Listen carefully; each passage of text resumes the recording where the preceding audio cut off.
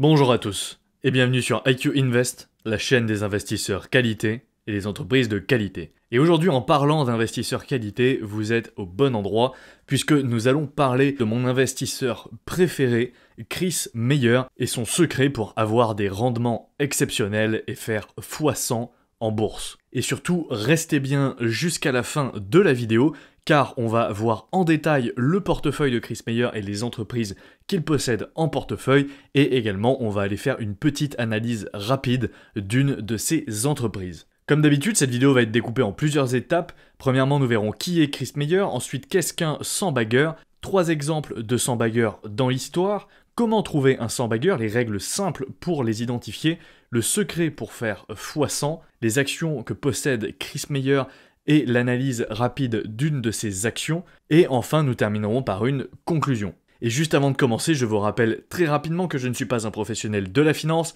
cette vidéo n'est donc pas un conseil en investissement, vous êtes tous entièrement responsables de vos investissements et investir comporte des risques de perte en capital. Ceci étant dit, donc commençons par voir qui est Chris Meyer. Donc Chris Meyer, c'est un investisseur américain qui dirige le fonds familial Woodloch House Family Capital. Donc il tient un blog sur le sujet, en anglais évidemment, et il a également un compte Twitter ou X sur lequel il est plutôt actif. Il a écrit le livre donc 100 Bagger, donc 100 baggers, et il est inspiré du livre 100 to 1 in the Stock Market, qui a été écrit dans les années 70 par William Phelps et qui démocratisait déjà cette notion de 100 baggers. Alors les deux livres sont trouvables en anglais uniquement sur Amazon. Alors le deuxième 100 to 1 in the Stock Market est assez cher, je crois qu'il est à plus de 40 €. Mais si jamais ça vous intéresse, je vous mettrai en description 2 liens pour acheter ces livres. Donc ce sont des liens d'affiliation Amazon.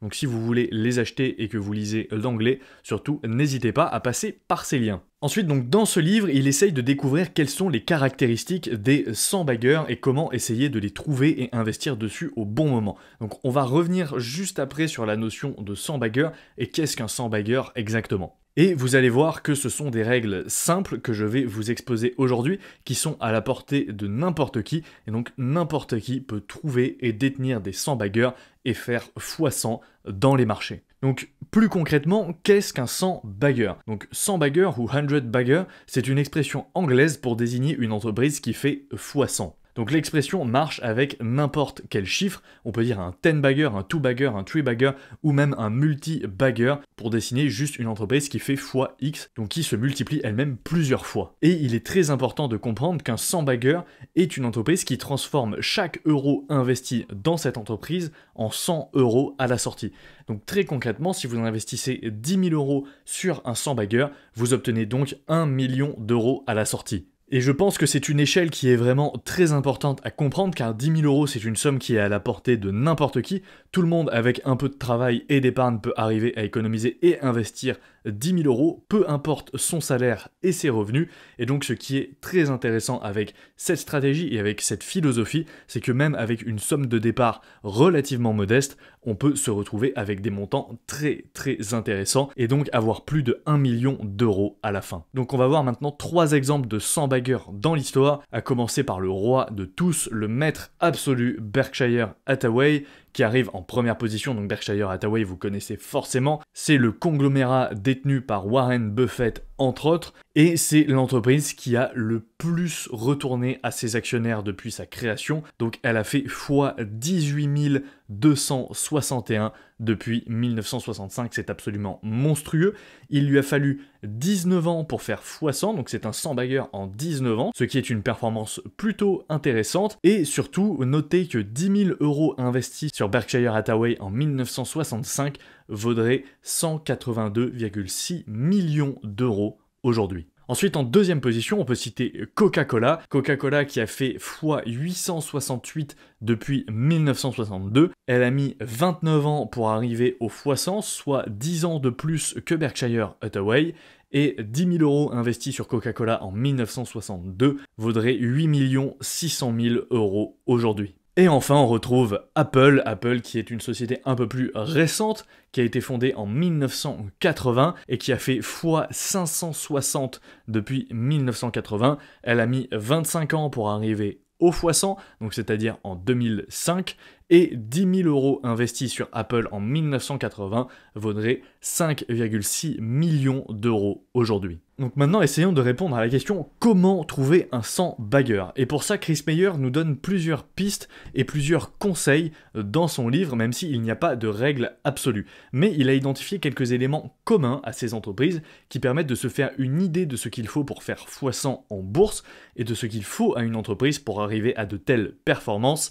Mais attention, ce ne sont pas des règles gravées dans le marbre, ce n'est pas parce qu'une entreprise correspond à tous ces critères qu'elle va forcément y arriver, puisqu'il y a aussi forcément un facteur chance qui va intervenir. Mais on peut notamment noter avoir le double facteur. Donc le double facteur, qu'est-ce que c'est? C'est tout simplement avoir à la fois la croissance, donc en l'occurrence ici la croissance des EPS, donc des earnings per shares. J'ai fait toute une vidéo dédiée sur cette métrique, si ça vous intéresse, je vous la mettrai également en haut à droite, et avoir également donc le PE, c'est-à-dire un accroissement dans le multiple de valorisation. Puisque vous savez, le prix d'une action, c'est tout simplement la valeur des EPS, donc les earnings per shares, fois le multiple de valorisation. Donc si une entreprise vaut 100 euros et qu'elle a des earnings per shares de 20, ça veut dire que le PE est de 5, puisque 20 fois 5 égale 100, et ainsi de suite. Donc si vous avez à la fois une croissance des earnings per shares tous les ans, plus une croissance du multiple de valorisation, vous avez le double facteur. Et gardez bien en tête que si vous achetez une entreprise à un PE de 15 et qu'elle passe ensuite 5 ans plus tard par exemple à un PE de 30, ça fait que vous avez déjà 100% de performance qui est uniquement due à l'accroissement du multiple de valorisation. Et évidemment, l'inverse est tout aussi vrai. Si jamais vous achetez une entreprise à 30 et que dans 5 ans, elle se négocie à un PE de 15, dans ces cas-là, eh bien, vous perdez 50% de performance d'office. Et donc ici, c'est un aspect qui est très important de garder en tête, mais la performance d'une action se fait aussi à l'achat. C'est pour ça qu'il est très important de ne pas surpayer et de ne pas acheter des entreprises à des niveaux de valorisation délirants. Pourquoi? Puisque vous pourriez tout simplement avoir plusieurs années où le cours de votre action ne fait absolument aucune performance, tout simplement parce que vous l'avez acheté trop cher. Ensuite, il est très important d'avoir de la croissance, toujours plus de croissance, et cette croissance au moins à 2 chiffres, c'est le minimum. Et quand on parle de croissance ici, pour moi c'est vraiment la croissance de bout en bout de la chaîne, c'est-à-dire que l'entreprise doit opérer dans un marché en croissance, elle doit également avoir un chiffre d'affaires et des parts de marché qui sont en croissance, mais elle doit aussi avoir des EPS, donc des earnings per shares, qui sont en croissance, mais également des free cash flow qui sont en croissance. Si toute la chaîne est en croissance et que toute la chaîne a une croissance à 2 chiffres, à commencer par le marché dans lequel l'entreprise évolue, forcément vous avez beaucoup plus de chances de voir cette croissance perdurer dans le temps. Donc ici c'est très important à noter, mais si vous voulez faire x100 sur une entreprise, n'allez pas investir sur des entreprises matures dans des marchés saturés, comme par exemple Coca-Cola l'est aujourd'hui avec ses 3% de croissance par an. Également, il est très important d'avoir des retours sur capitaux importants, et là on parle idéalement supérieur à 15 ou 20%, donc les retours sur capitaux, ça va être tout simplement combien d'argent l'entreprise arrive à générer avec $1 investi dans son business. On peut le mesurer par plusieurs moyens, par les ROE, par le ROIC, par le ROCE, mais cette métrique est très très importante puisque ça va également définir la vitesse avec laquelle l'entreprise arrive à grossir tous les ans et à réinvestir son capital et à générer de plus en plus de rendement. Ensuite, il faut que l'entreprise ne verse pas, ou en tout cas peu, de dividendes. Pourquoi? Puisqu'il faut qu'elle réinvestisse massivement dans son propre business et dans son entreprise pour pouvoir atteindre des niveaux de valorisation intéressants, pour pouvoir générer des rendements intéressants et pour pouvoir espérer faire x10, x20 ou x100. Si une entreprise verse tout l'argent qu'elle gagne à ses actionnaires sous la forme de dividendes, forcément elle ne réinvestira pas ou peu dans son business et elle aura des potentiels de croissance bien moindres qu'une entreprise qui réinvestirait 100% de ses bénéfices dans la croissance de son business. Ensuite, il faut que l'entreprise ait peu ou pas de levier. Donc le levier, c'est la dette, donc il faut qu'une entreprise ne soit quasiment pas endettée. Elle peut en utiliser un peu, il faut que ce soit justifié, mais jamais à des niveaux trop élevés. En général, moi je pense qu'au-delà de 2 ou 2,5 de ratio dette sur EBITDA, on commence à atteindre des niveaux assez élevés et assez dangereux. Et pourquoi tout simplement on veut éviter le levier? Car même si ça peut être un point intéressant pour accroître la croissance et pour générer donc du levier comme son nom l'indique, ça rend les entreprises beaucoup plus fragiles en temps de crise, et en général quand il y a une crise financière, ce sont les entreprises avec le plus d'effets de levier qui se font balayer en premier par le marché. Et ça, on veut absolument l'éviter pour un 100 bagger. Ensuite, il faut un management ayant du skin in the game. Il faut que le management soit impliqué dans l'entreprise et il faut qu'il soit aligné avec ses actionnaires. Idéalement, ici, vous voulez trouver soit des entreprises familiales, soit des entreprises avec des CEO ou des membres fondateurs qui sont toujours à la tête de l'entreprise ou au moins dans le board de l'entreprise. Et également, vous voulez que les top managers aient des parts dans l'entreprise, donc possèdent des actions dans l'entreprise.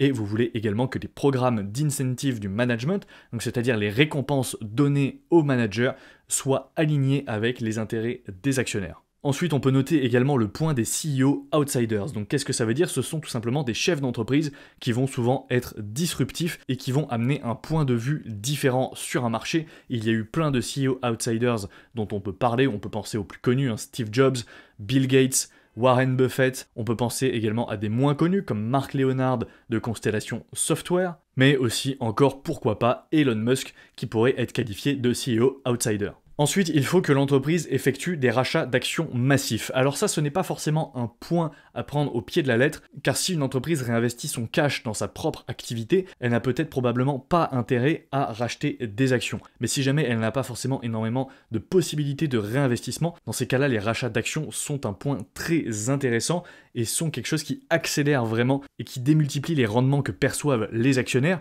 puisque tout simplement le nombre d'actions en circulation va diminuer au fil du temps. Et donc forcément, une action que vous possédez va valoir de plus en plus cher puisqu'il y en aura de moins en moins en circulation et que cette action vaudra de plus en plus de parts dans le capital de la société. Ensuite, un point extrêmement important, il faut que l'entreprise ait des marges supérieures à la concurrence. Pourquoi? Parce que ça témoigne d'un avantage compétitif et d'un moat très fort. Vous le savez, sur la chaîne, c'est quelque chose dont je parle très souvent. Le moat, c'est un point très important. Donc le moat, ça veut dire douve en anglais, donc c'est une façon imagée de se représenter l'avantage compétitif d'une entreprise avec des douves qui entourent son business et qui empêchent les concurrents de venir pénétrer sur son marché. Donc ça, c'est un point très important puisque pour qu'une entreprise puisse avoir une croissance à 2 chiffres et des retours sur capitaux à plus de 20% sur 10, 20, 30 ans, il faut que les concurrents ne puissent pas rentrer sur son marché et il faut qu'elle puisse bénéficier d'un quasi-monopole ou en tout cas d'un oligopole avec possiblement d'autres acteurs et d'un avantage compétitif très important. On peut en citer quelques-uns comme des effets de réseau, des actifs intangibles, des économies d'échelle, etc. Et le dernier point, et je pense que c'est un point qui est très régulièrement négligé, par moi y compris, puisque j'ai beaucoup d'entreprises en portefeuille qui sont très grosses, mais évidemment si vous voulez trouver un 100 bagger, il faut acheter des entreprises avec une taille raisonnable. Pourquoi? Puisque une entreprise qui pèse 1 milliard de capitalisation a plus de possibilités d'aller à 10 milliards, 100 milliards de capitalisation et faire x100 qu'une entreprise comme Apple par exemple, qui est déjà à 3000 milliards de capitalisation. Vous imaginez, pour qu'Apple fasse x100, il faudrait qu'elle arrive à 300 000 milliards de capitalisation. C'est probablement un chiffre délirant qu'elle n'atteindra jamais. Donc vous ne ferez pas x100 sur des entreprises qui sont déjà énormes et sur des entreprises qui sont déjà dans le top 10, le top 20 du S&P 500. Donc essayez de viser des tailles raisonnables et pour ça, essayez de viser des entreprises avec des capitalisations inférieures à 100 milliards, 50 milliards, voire 10 milliards de dollars. Alors on ne parle pas forcément ici de small cap, pas besoin d'aller sur des entreprises à 100, 200 millions de capitalisation. Ça, je pense qu'il vaut mieux éviter, mais je pense que l'échelle entre 1 et 50 milliards est une échelle tout à fait raisonnable dans laquelle vous avez des entreprises qui sont déjà matures avec un bon track record, mais qui ont encore beaucoup de place pour croître dans le futur. Mais ce n'est pas tout et nous allons voir quel est le véritable secret pour faire x100, puisque trouver des 100 baggers, en fait, c'est presque la partie la plus facile et n'importe qui peut le faire, mais ça ne suffit pas car il manque l'élément le plus important, le temps. Car vous aurez beau trouver le prochain 100 bagger, mais si vous le revendez et le rachetez tous les 2 ou 3 ans, vous ne ferez jamais x100 et vous ne bénéficierez jamais des intérêts composés. Donc surtout, abandonnez les stratégies court terme, abandonnez les idées de rebond, abandonnez les idées d'acheter au plus bas, de revendre dans un an, etc. Vous n'arriverez jamais à avoir des retours sur investissement intéressants en faisant ça, tout simplement car le temps est l'arme ultime en bourse. Et trouver un 100 bagger est une chose, mais le plus important est de le garder pendant 10, 20 ou 30 ans contre vents et marées. Et surtout, c'est ça qui est le plus compliqué, c'est qu'il faut garder votre action, même dans des temps difficiles, et même quand elle prend moins 30, moins 50%. Si vous prenez l'exemple de Berkshire Hathaway à elle seule, par exemple, tout au long de son existence, il y a eu, je crois, 3 moments dans son histoire où le cours de l'action a fait moins 50%. Si vous aviez revendu à ce moment-là, vous n'auriez jamais vu les fois 18 000 qu'a fait Berkshire Hathaway dans son histoire. Et pour cela, Chris Meyer, dans le livre, développe l'idée du Coffee Can Portfolio, donc le portefeuille boîte à café, dont nous aurons l'occasion de reparler sur la chaîne, mais qui est un concept très intéressant, qui nous vient du temps de la ruée vers l'ouest aux États-Unis et du western. Et maintenant, nous allons donc voir ce fameux Chris Meyer, donc quelles sont les entreprises qu'il a en portefeuille, et donc quelles sont les entreprises qu'il a potentiellement identifiées lui-même comme étant des 100 baggers, ou en tout cas des potentiels 100 baggers. On va commencer par la première, Constellation Software. Donc pour ceux qui suivent ma chaîne, vous la connaissez, j'ai fait une analyse dessus récemment. Donc c'est un conglomérat canadien qui investit dans des VMS, donc des Vertical Market Software. Ensuite, on retrouve Eico, une entreprise américaine qui fabrique des pièces métalliques pour l'industrie de l'automobile et de l'aéronautique, par exemple. Ensuite, on retrouve Brown & Brown, une compagnie américaine d'assurance. Puis Old Dominion, alors celle-là je la trouve excellente, c'est une entreprise de camions. C'est-à-dire que c'est une entreprise tout simplement de camions, donc des truckers aux États-Unis, donc des routiers. Donc c'est tout simplement des services de fret par camion sur autoroute, et c'est vraiment le business le moins sexy du monde, mais pourtant elle a des rendements exceptionnels, et d'ailleurs c'est l'entreprise sur laquelle on va faire un petit point juste après pour voir ses chiffres. Ensuite on retrouve Lifco qui est un conglomérat suédois, Technion, qui est également un conglomérat suédois, Copart, qui est une entreprise américaine spécialisée dans les casses automobiles et la vente aux enchères de véhicules endommagés. Donc vous voyez, quand on parle de business pas sexy, là je pense qu'on a également un bon challenger à Old Dominion. Ensuite on a Topicus, qui est le spin-off européen de Constellation Software. Evolution AB, si vous suivez ma chaîne, vous la connaissez probablement, j'en parle régulièrement et j'ai fait l'analyse dessus. C'est une entreprise qui vend des solutions pour des jeux d'argent en ligne. Et ensuite, on retrouve Dino Polska, qui est une entreprise qui fait tout simplement des supermarchés. En fait, c'est des espèces de supermarchés en zone rurale qui sont situés en Pologne. Donc vous voyez, ce qui est très très intéressant avec le portefeuille de Chris Meyer, et vous allez le voir avec Old Dominion, c'est que ce sont des entreprises avec des track records et des chiffres qui sont vraiment exceptionnels, mais ce ne sont pas des entreprises sexy et ce ne sont pas des entreprises vraiment très très suivies. Vous n'allez pas retrouver du Nvidia, vous n'allez pas retrouver du Novo Nordisk, du Apple, du Microsoft ou du Alphabet chez Chris Meyer, car lui il préfère vraiment des business qui ne sont peut-être pas sexy mais qui sont capables de générer des rendements pendant longtemps, et surtout sur lesquels il n'y a pas beaucoup de risques de disruption, et notamment de risques de disruption technologique. Et justement, on va voir si Chris Meyer respecte ses propres conseils dans son portefeuille, et on va voir aujourd'hui l'exemple donc de Old Dominion Freight Line, donc qui est l'entreprise de trucker, donc de fret par camion, que Chris Meyer possède en portefeuille. Donc on se retrouve ici sur le screener IQ Invest, et on va chercher Old Dominion Freight Line. Voilà, elle est ici, et déjà on voit qu'elle a une capitalisation inférieure à 50 milliards, donc c'est un très bon point, et elle a une note quantitative de 16 sur 20, donc on peut déjà noter immédiatement que c'est une entreprise de qualité. Et donc pour ceux qui sont intéressés, vous trouverez en description un lien vers cette application, l'application IQ Invest, et vous y trouverez également un code de réduction de moins 10%, le code c'est 100 baggers, il s'affichera à l'écran, et il est valable uniquement pour les premières commandes, donc pour les nouveaux inscrits, et il sera disponible seulement pendant 24 heures, donc surtout profitez-en. Et donc si on va dans la fiche détail de Old Dominion Freight Line, premier point qu'on constate, elle a un CAGR de 28% sur les 5 dernières années, comparé aux 12% du S&P 500, et elle a une très bonne linéarité de 0,94.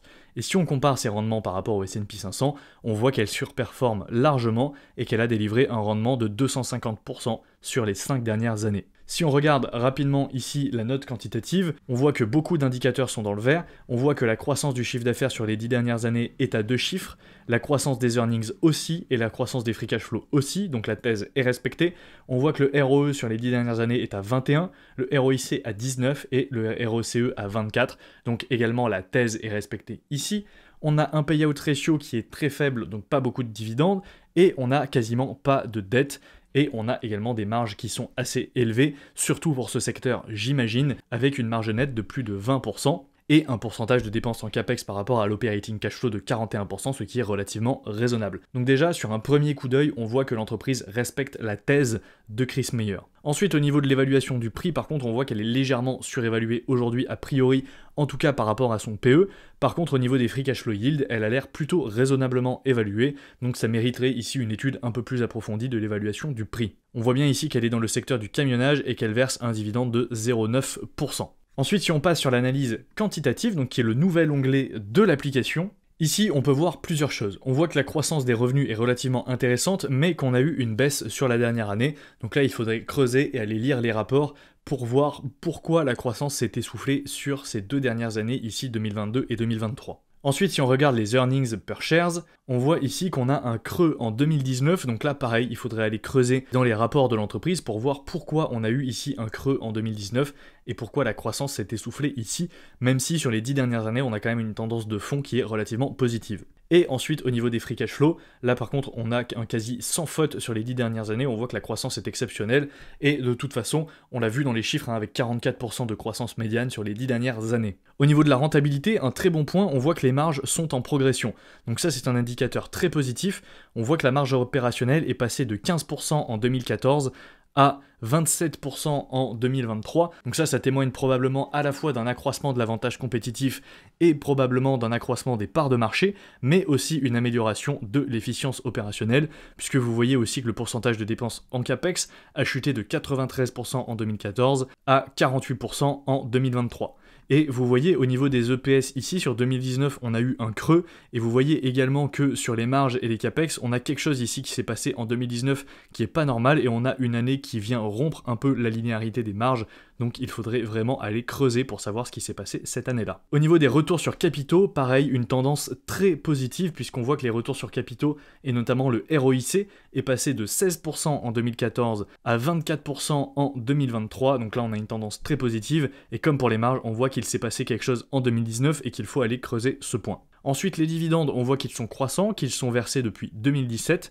On peut également aller voir les dettes. On voit que les dettes sont très faibles et en plus sont décroissantes et elles sont inférieures à 1 de ratio dette sur EBITDA, donc ce qui est tout à fait raisonnable. Au niveau des actions en circulation, on voit qu'en 2019, l'entreprise a doublé son nombre d'actions en circulation. Donc là, voilà, en 2019, typiquement, c'est vraiment une année sur laquelle il faut aller voir parce qu'au vu des chiffres, elle a probablement fait une acquisition assez importante et elle a probablement émis des actions pour lever du capital pour acquérir probablement un concurrent. Alors tout ce que je dis ici, c'est des hypothèses, hein. Je ne suis pas allé creuser plus loin Old Dominion, je le précise. Ensuite, on peut également regarder les SBC, donc ça c'est les Stock Based Compensation, donc ce sont en fait les actions qui sont offertes au management, et on peut voir également donc les rachats d'actions ici, et on voit que l'entreprise effectue des rachats d'actions plutôt importants et plutôt réguliers, ce qui est un bon point. Donc voilà, vous voyez très rapidement ici comment on peut se faire une idée d'une entreprise avec l'analyse quantitative, avec l'application IQ Invest, mais vous vous doutez bien que ça ne suffit pas, comme je le martèle toujours, il faut aller creuser plus loin, il faut faire son analyse fondamentale, il faut lire les rapports annuels, et seulement après avoir fait tout ça, vous pourrez vous faire une opinion sur la société. Et maintenant on se retrouve donc pour la conclusion. Et on a vu que Chris Meyer a démocratisé l'idée des 100 baggers, donc les entreprises qui transforment 1 euro en 100 euros ou 10 000 euros en 1 million d'euros. Il a identifié plusieurs points clés qui permettent donc d'identifier des 100 baggers et de mettre toutes ses chances de son côté pour les trouver. Et vous remarquez que tous ces points sont des critères quality que personnellement je prône sur la chaîne depuis le début. Mais le secret absolu, vous le savez, c'est le temps, et vous n'aurez jamais des gains exceptionnels en 2, 3 ou 5 ans. Donc oubliez les stratégies court terme parce qu'en bourse, si vous voulez des résultats exceptionnels, il faut rester investi plus longtemps que la moyenne et avoir un horizon long terme. Regardez Warren Buffett. Warren Buffett est resté investi, je crois, 70 ou 75 ans dans les marchés, et c'est grâce à ça qu'il a fait sa fortune exceptionnelle, en plus évidemment d'être un très bon investisseur. Donc rappelez-vous, pensez à 10, 20, 30 ans, et si en plus de ça vous avez eu la chance de sélectionner des 100 baggers dans le lot, vous savez que votre retraite sera 100% assurée, et vous pouvez ne pas compter sur la retraite de l'État pour assurer votre santé financière pendant vos vieux jours, et vous pourrez partir à Bali tranquillement en sachant que vos dividendes paieront largement votre train de vie et que vous aurez plusieurs millions sur votre compte en banque. Donc gardez en tête, trouvez des entreprises de qualité qui correspondent aux critères potentiels des 100 baggers et surtout gardez-les le plus longtemps possible en portefeuille, ne les revendez jamais et essayez de les acheter au meilleur moment possible. C'est la clé du succès. Achetez vos entreprises quand les marchés sont dépressifs, achetez vos entreprises quand elles ne sont pas dans le momentum, quand elles ont chuté, quand elles sont à des niveaux de valorisation intéressants, et vous aurez des retours exceptionnels sur le long terme. Merci à tous de m'avoir écouté, merci à ceux qui sont restés jusqu'à la fin, n'oubliez pas de laisser un pouce bleu sous la vidéo. Dites-moi en commentaire si vous connaissiez Chris Meyer et si vous avez des positions en commun avec lui. Comme d'habitude, si vous n'êtes pas abonné à la chaîne, n'oubliez pas de vous abonner, d'aller me suivre sur Instagram @iq-invest.fr, et moi je vous dis à la prochaine pour une nouvelle vidéo. Ciao.